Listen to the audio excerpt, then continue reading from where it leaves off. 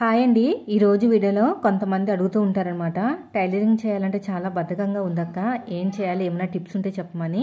నాకున్న ఈ 4 ఏళ్ల ఎక్స్పీరియన్స్తో మీకైతే నేను షేర్ చేస్తాను. మీకు ఏమైనా ఉపయోగపడితే యూజ్ చేసుకోండి. ఫస్ట్ వచ్చేసి నాకు 4 ఇయర్స్ మాత్రమే ఎక్స్పీరియన్స్ ఉందండి, అంతకు మించి అస్సలు లేదు. నేను ఇంత కరెక్ట్గా ఎలా చెప్తున్నానంటే మా చిన్న బాబుకి మొన్నే 6 ఇయర్స్ వచ్చినాయి అనమాట. 5 కంప్లీట్ అయ్యి 6 వచ్చింది నవంబర్లో.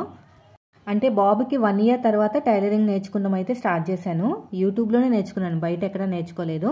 అంటే దగ్గర నేను కిక్ అవ్వడానికి ఒక 10 మంత్స్ అన్న పట్టిందండి. ఎందుకంటే బయట మనకి వెళ్ళి నేర్చుకోలేదు కదా, యూట్యూబ్లోనే కదా. పైగా అప్పట్లో నేను నేర్చుకునేటప్పుడు అంటే 5 ఇయర్స్ బ్యాక్ నేను ఏ డౌట్స్ అడిగినా కూడా కామెంట్స్ రూపంలో కూడా ఆన్సర్ చెప్పేవారు కాదనమాట. అంటే జస్ట్ రిప్లై కూడా ఇచ్చేవారు కాదు. సో మేబీ వాళ్ళు పెద్ద పెద్ద యూట్యూబర్స్ కాబట్టి అంత టైం లేదేమో. నేను కింద కామెంట్స్ చదివి వాళ్ళు ఇదివరకు రిప్లై ఇచ్చినవి ఏమైనా ఉంటాయి కదా, అవి చూసుకుని నేర్చుకున్నాను. ఇంకా తెలుగు ఛానల్స్ ఒకటే కాదండి, తమిళ్ నేర్చుకున్నాను, తమిళ్ ఛానల్లో చూసి నేర్చుకున్నాను, హిందీ ఛానల్స్లో చూసి నేర్చుకున్నాను. అంటే మనం వాళ్ళ భాష అర్థం కాకపోయినా వాళ్ళు ఏం చెప్తున్నారు ఏంటనేది అర్థమవుతుంది మనకి, ఖచ్చితంగా మనకి అంత ఇంట్రెస్ట్ ఉన్నప్పుడు. అయితే అలా నేర్చుకుని ఒక రకంగా కిక్ అవ్వడానికి, అంటే మన యూట్యూబ్లో నేర్చుకున్నంత మాత్రాన టైలరింగ్ అయితే రాదండి. ఇది 100% నిజం, ఒప్పుకోవాల్సిందే. వాళ్ళు చెప్పే టిప్స్ అవన్నీ మనం నేర్చుకుంటాం, కానీ ప్రాక్టికల్గా స్టార్ట్ చేసినప్పుడు వాళ్ళది సెట్ అవ్వదన్నమాట. కానీ నేను నేర్పించేటప్పుడు మాత్రం ఎలాగైతే నేను నేర్చుకున్నానో, ఎలాగైతే పాటలు పడ్డానో అవన్నీ నేను మొత్తం కూడా మిక్స్ చేసి, అంటే నాకున్న అనుభవాలు, చేదు అనుభవాలు కూడా ఉంటాయి కదా యూట్యూబ్లో నేర్చుకునేటప్పుడు, ఇలా నేర్చుకుంటే మాత్రం, ఇలా కుడితే మాత్రం కస్టమర్ రారు అని తెలుసుకుని మీతో మంచిగా, అంటే ఒక్కసారి చూడగానే సక్సెస్ అయిపోయేలాగా చెప్తానమాట. అందుకనే మన ఛానల్లో సక్సెస్ రేట్ అనేది ఎక్కువ ఉంటుంది. 2 బ్లౌజులు కుట్టిన తర్వాత 3వ బ్లౌజ్ సెట్ అయిపోయిందనే కామెంట్ చేస్తారు. అంతలాగా నేను నేర్చుకున్న విధానాన్ని బట్టి, నేను జనరల్గా నేర్చుకున్న జనరల్ నాలెడ్జ్ తోటి మీకు చెప్తున్నాను అనమాట. అయితే వాళ్ళు ఏం చేసేవాళ్ళంటే యూట్యూబ్లో నేర్చుకునేటప్పుడు కొలతలు అనేవి ఇంత పెట్టాలి అంత పెట్టాలని ఒక బండ గుర్తులతో చెప్పేసేవాళ్ళండి. కానీ బ్లౌజ్ కుట్టేటప్పుడు కానీ, కస్టమర్లకు కట్ చేసేటప్పుడు కానీ అవి ఏం వర్కౌట్ అవ్వమాట. అందులో మెయిన్ వచ్చేసి చిన్న సైజు షోల్డర్, చిన్న సైజు ఉంటుంది కదా, అది వాళ్ళకి నచ్చినట్టే పెట్టాలి. ఉక్సుపట్టి కాజాపట్టి హైట్ వాళ్ళకి నచ్చినట్టే పెట్టాలి. షేప్ బెల్ట్ కూడా వాళ్ళకి నచ్చినట్టే పెట్టాలి. నెక్ డీప్ అవన్నీ కూడా మనకి నచ్చినట్టు పెట్టకూడదు అనమాట. అది నాకు బాగా అర్థమైంది. సో ఇప్పుడైతే నేను నేర్చుకునేటప్పుడు ఎలాగ నేర్చేసుకున్నాను, నా బ్లౌజులు కుట్టుకున్నాను, నా బ్లౌజులు బాగా సెట్ అయిపోయినాయి. ఎందుకంటే నా బాడీ అనేది అలా ఉందన్నమాట, ఎలా కుట్టినా కూడా సెట్ అయిపోయే బాడీ అనమాట. పైనుంచి కింద వరకు సమానంగా ఉంటుంది కాబట్టి, అంటే చంక ఎక్కువ, చెస్ట్ తక్కువ, మళ్ళీ చెస్ట్ ఎక్కువ, నడుము తక్కువ అలా ఏం ఉండదు. పైనుంచి కింద వరకు స్ట్రైట్గా ఉంటుంది కాబట్టి నా బ్లౌజ్ సెట్ అయిపోయి 2-3 బ్లౌజులు తెలిసిన వాళ్ళు కుట్టాను. సో ఫ్రీగా కుట్టాను కాబట్టి పెద్దగా నన్ను కామెంట్ చేయలేదన్నమాట. అంటే ఇలా కుట్టేసావు, అలా పాడైపోయింది అనుకుంటే నాతో ఏం చెప్పేవారు కాదు. బాగుంది అనేవారు. మొహమాటం కొద్దీ అనొచ్చేమో, ఎందుకంటే నేను ఫ్రీగా కుట్టించాను కదా ఒక 5-6 బ్లౌజులు, మొహమాటం కొద్దీ అలాగన్నీ ఉంటారు. తర్వాత వచ్చేసి ఇంకా నాకు వచ్చింది అని కాన్ఫిడెంట్ వచ్చిన తర్వాత టైలరింగ్ చేయడం స్టార్ట్ చేశామన్నమాట. డైరెక్ట్గా బ్లౌజుల దగ్గరికి వెళ్ళిపోలేదండి. మళ్ళీ ఇంకా ప్రాక్టీస్ చేసేదాన్ని. స్లేట్ మీద, పేపర్స్ మీద, ఏది పడితే అది, ఇది అదని ఏమీ లేదు, ఏ బట్ట కనిపించినా నేను ప్రాక్టీస్ చేసేదాన్ని. ఫస్ట్ వచ్చేసి పీకో మిషన్ కొనుక్కుని స్టార్ట్ చేశాను అనమాట. ఎందుకంటే బ్లౌజులు కుట్టాలంటే భయం వేసేసేది నాకు, అమ్మో ఏమని అంటారేమో అన్నట్టు. పీకో ఫాల్ కుట్టడం స్టార్ట్ చేసిన తర్వాత పీకో ఫాల్ కూడా నేను టెన్షన్ పడ్డాను, కానీ చాలా బాగా సక్సెస్ అయ్యాను. సో అది చేసుకుంటూనే ఇంకా బాగా నేర్చుకున్నాను. ఇంకా స్టార్ట్ చేశాను బ్లౌజులు కుట్టడము. స్టార్ట్ చేసిన తర్వాత చాలా రకాలుగా నన్ను అయితే ఇబ్బంది పెట్టిన వాళ్ళు ఉన్నారు, అంటే కావాలని ఇబ్బంది పెట్టిన వాళ్ళు. ఇప్పుడు మనం ఏదైనా కొత్తగా స్టార్ట్ చేస్తున్నామంటే ఖచ్చితంగా కస్టమర్లు వస్తారు కదా, అందులో మంచి వాళ్ళు ఉంటారు, మనల్ని ఇబ్బంది పెట్టే వాళ్ళు ఉంటారు. వాళ్ళన్నింటినీ భరించుకుంటూ ముందుకు వెళ్ళానమాట. ఇంకా ఎన్నో తిప్పులు పడ్డానులేండి, మొత్తం మీద అయితే సెట్ అయిపోయింది. బ్లౌజ్ చిన్న పొరపాట్లు వచ్చి అప్పట్లో ఫ్రంట్ పార్ట్ జారిపోతుందని, షేప్ లేదని. సో ఇప్పుడైతే ఒక్క రిమార్క్ కూడా లేదు, అంటే నాకు బాగా వచ్చేసినట్టుంది అందుకునే. అయితే అప్పట్లో కొత్త కదా, మంచి జోష్ మీద ఉంటాం అనమాట. కొత్తగా నేర్చుకునేటప్పుడు ఏమనిపిస్తుంది అంటే ప్రతిదీ కూడా చాలా ఇంట్రెస్ట్గా నేర్చుకుంటాం కాబట్టి కష్టం అనిపించదు, బద్ధకం అనిపించదు. నేర్చుకోవాలి. Cross cutting, straight cutting, model అవన్నీ నేర్చుకోవాలని తపంతోటి బాగా కుట్టి కొన్ని రోజులకి చిరాకు వస్తుంది. ఇంకా మనకి ఒక 2 సంవత్సరాలు అయ్యేసరికి ఇంకా ఇంట్రెస్ట్ అనేది కొంచెం తగ్గుతుంది అనమాట. ఎందుకంటే అవే బ్లౌజులు, అవే డిజైన్లు ఏం అనిపించదు కొత్తగా. సో బద్ధకం అనేది ఆటోమేటిక్గా వస్తుంది అనమాట. ఇప్పుడు నాకేం బద్ధకం లేకుండా అయితే లేదండి, బద్ధకంగానే ఉంది. కానీ నేను ఒక గోల్ పెట్టుకున్నాను, ఇప్పుడు నా కోసం చెప్తాను, అలాగా మీ లైఫ్ను కూడా కన్వర్ట్ చేసుకోండి. ఓన్ హౌస్ అనేది నా డ్రీమ్ అండి. ఇప్పుడు నేను ఈ బ్లౌజులన్నీ నేర్చుకోవాలనేది ఒక డ్రీమ్. నేర్చేసుకున్నాను, అంత పర్ఫెక్ట్గా వచ్చింది. నా బ్లౌజులు నేను కుట్టుకోవాలి, నా డ్రెస్ నేను కుట్టుకోవాలనేది మెయిన్ టార్గెట్. తర్వాత ఏంటంటే ఖర్చులకైనా ఉండాలి కదా, ప్రతిదీ మా వారిని అడగడం ఎందుకని చెప్పేసి మళ్ళీ పీకో ఫాల్ స్టార్ట్ చేశాను.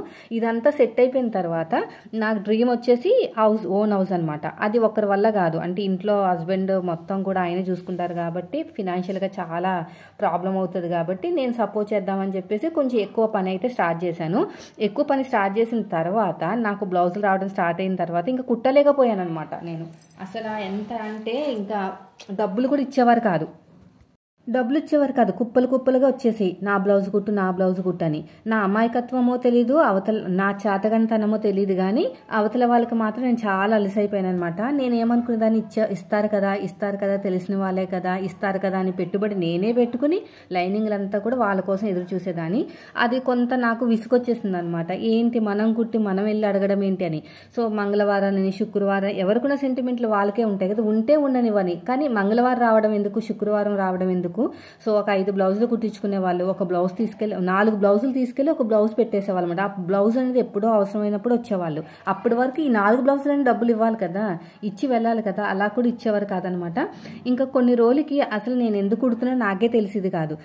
నేను క్వశ్చన్ వేసుకున్నమాట, అసలు నేను ఎందుకు టైలరింగ్ నేర్చుకున్నాను, నేను కుట్టుకుంటానికి, నా ఖర్చులు నాకు వెళ్ళడానికి. సో నా డ్రీమ్ వచ్చేసి ఓన్ హౌస్. ఎంతో కొంత మా వారికి హెల్ప్ చేద్దామంటే కనీసం నెలకు ఒక 5,000 కూడా చేతిలో కనిపించే కాదనమాట. అంత దారుణంగా అయితే కస్టమర్లు అయితే బిహేవ్ చేసేవాళ్ళండి.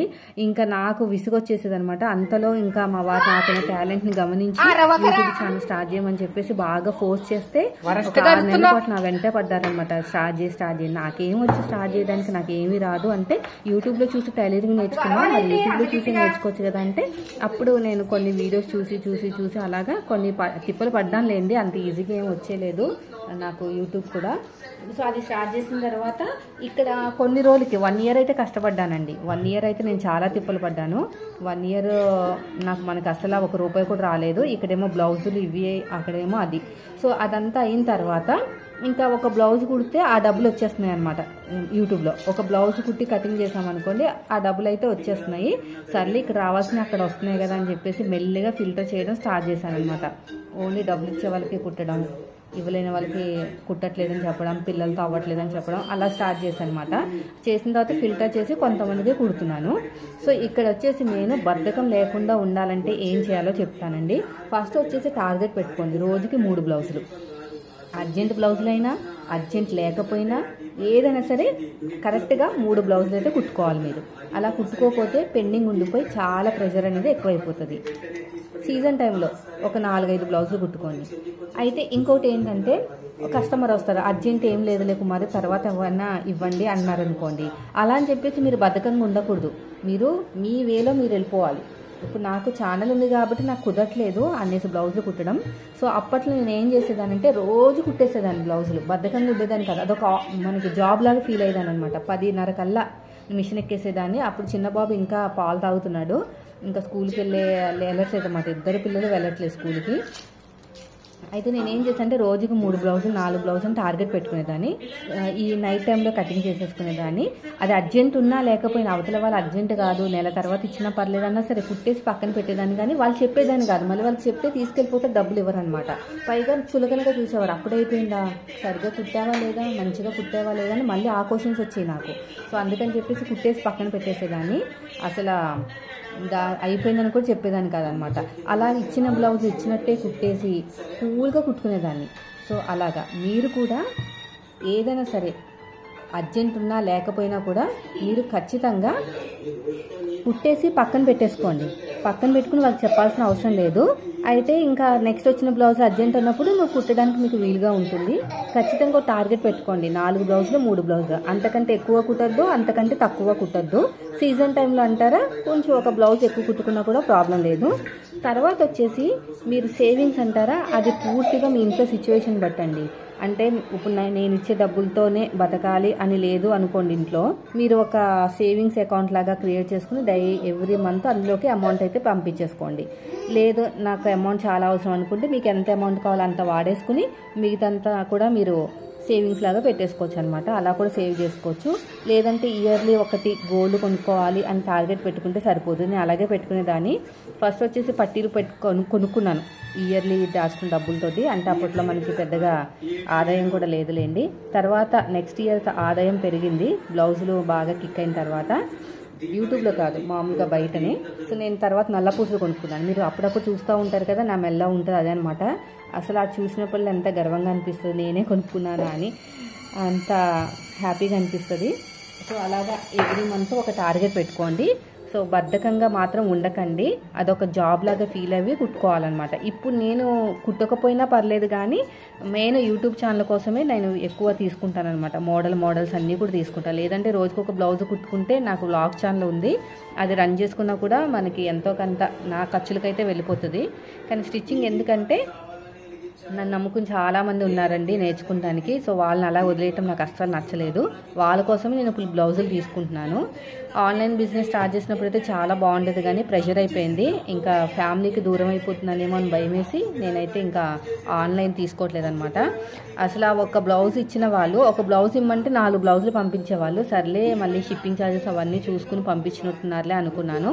కానీ ఆ 4 బ్లౌజులు పంపిన తర్వాత మళ్ళీ ఇంకొక 4 బ్లౌజులు పంపించేవారు. అలా నాకు ప్రెషర్ అయిపోయేది అనమాట. ఇంట్లో వాళ్ళకి చూసుకోవాలి, పిల్లల్ని చూసుకునేసరికి ఇంకా నాకు ఆన్లైన్ సెట్ కాదనిపించింది. వెనకాల కూడా ఎవరు లేదు కదండి, వెనకాల ఎవరైనా ఉంటే సపోర్ట్ చేయడానికి బాగుంటుంది, కానీ అన్నీ నేనే చూసుకోవాలి కదా. అందుకని చెప్పేసి నేను ఇంకా ఆన్లైన్ కూడా ఆపేసాను అనమాట. ఆన్లైన్ బిజినెస్ చేయాలంటే మీరు ఖచ్చితంగా ఇలా సోషల్ మీడియాలో ఎంతో కొంత పేరు ఉండాలన్నమాట. నాకు యూట్యూబ్ ఛానల్ ఉంది కాబట్టి అడగగానే నేను ఇలాగ చేస్తున్నాను అనగానే ఆన్లైన్ బిజినెస్ చేస్తున్నాను కానీ చాలా కస్టమర్లు మనకి ఇచ్చారు. అలా ఉండాలన్నమాట. లేదంటే ఇన్స్టాగ్రామ్లో మీకు ఫాలోవర్స్ అలా ఉంటే పేరు ఉండాలి. సోషల్ మీడియాలో పేరు ఉంటే మీకు ఆటోమేటిక్గా ఇస్తారనమాట. కానీ ఎంతైనా అతిగా ఏది కష్టపడకూడదండి. మనకు ఓపినంత వరకు కష్టపడాలి. బాగున్నంతసేపు బాగానే చేసుకోవాలి, బాగోలేనప్పుడు రెస్ట్ తీసుకోవాలి. కొంచెం బాగాలేదు అనిపిస్తే మీరు రెస్ట్ తీసుకుంటే మంచిది. లేదంటే మీకు హెల్త్ మొత్తం పాడైపోయి సంపాదించిన డబ్బులంతా కూడా హాస్పిటల్కి పెట్టాల్సి వస్తుంది. సో నేను చెప్పిన టిప్స్ ఫాలో అయితే ఖచ్చితంగా మీకు బద్ధకం అనేది పోతుంది. మెయిన్ వచ్చేసి నాకు బ్యాక్ పెయిన్ బాగా తగ్గిందండి ఈ టేబుల్ వాడడం వల్ల. ఈ టేబుల్ లింక్ అనేది కింద ఇస్తాను, ఎవరికైనా కావాలంటే తీసుకోండి. నాకైతే అసలు నడుము నొప్పి అనేది పుట్టినప్పుడు మాత్రం వస్తుంది, కానీ కటింగ్ చేసినప్పుడు అసలు రావట్లేదు. ఈ టేబుల్ వల్లే చాలా బాగా పనిచేస్తుంది నాకైతే. ఈ టేబుల్ని మీరు కేవలం ఇలాగా కటింగే కాదు, ఐరన్ చేసుకుంటానికి, పిల్లల స్టడీ టేబుల్కి, దేనికన్నా వాడుకోవచ్చు. మంచి హైట్ ఉంది, హైట్కి తగ్గట్టు ఉందన్నమాట. చాలా బాగా తయారు చేశారు. ఈ బ్లౌజ్ కటింగ్ నెక్స్ట్ వీడియో చూపిస్తాను. చాలా మంది అడుగుతున్నారు బద్ధకం పోవాలి ఏం చేయాలంటే, ఒక జాబ్ లాగా ఫీల్ అవ్వండి. ఫస్ట్ టైలరింగ్ని ఒక జాబ్ లాగా ఫీల్ అయ్యి కటింగ్ ఒకసారి చేసిన స్టిచ్చింగ్ ఇంకొకసారి. ఎక్కువ అతిగా చేయకండి. అలా అని చెప్పేసి ఒక రోజు తక్కువ, ఒక రోజు మరీ ఎక్కువ కాకుండా ఈక్వల్గా బ్యాలెన్స్ చేసుకుంటూ వెళ్ళాలన్నమాట. నేను అలాగే చేసుకుంటూ వస్తున్నాను ఈక్వల్గా. రోజుకి 2 టార్గెట్ నాది. 2 జాకెట్లు, ఒక స్టిచ్చింగ్ వీడియో, ఒక కటింగ్ వీడియో, అంతే. ఇంకా అంతకుమించి ఏమీ లేదు. అలా చేసుకుంటూ వెళ్తే హెల్త్ పాడవదు, మనకు కూడా విసుగనేది రాదు, బోరు కూడా కొట్టదు అనమాట. ఎక్కువ కుట్టేసినా కూడా చిరాకు వచ్చేస్తుంది. అలా అని చెప్పేసి మొత్తం కుట్టకుండా ఉన్నా కూడా బోరు కొట్టేస్తుంది. అలా ఏమీ లేకుండా మనం హ్యాపీగా ఎంజాయ్ చేస్తూ వర్క్కి కంటిన్యూ చేసుకోవాలి. సో ఇదండి ఈరోజు వీడియో. నచ్చితే ఖచ్చితంగా లైక్ చేయండి. మీరు మన ఛానల్ ఫస్ట్ టైం చూస్తే సబ్స్క్రైబ్ చేయండి. Thank you for watching.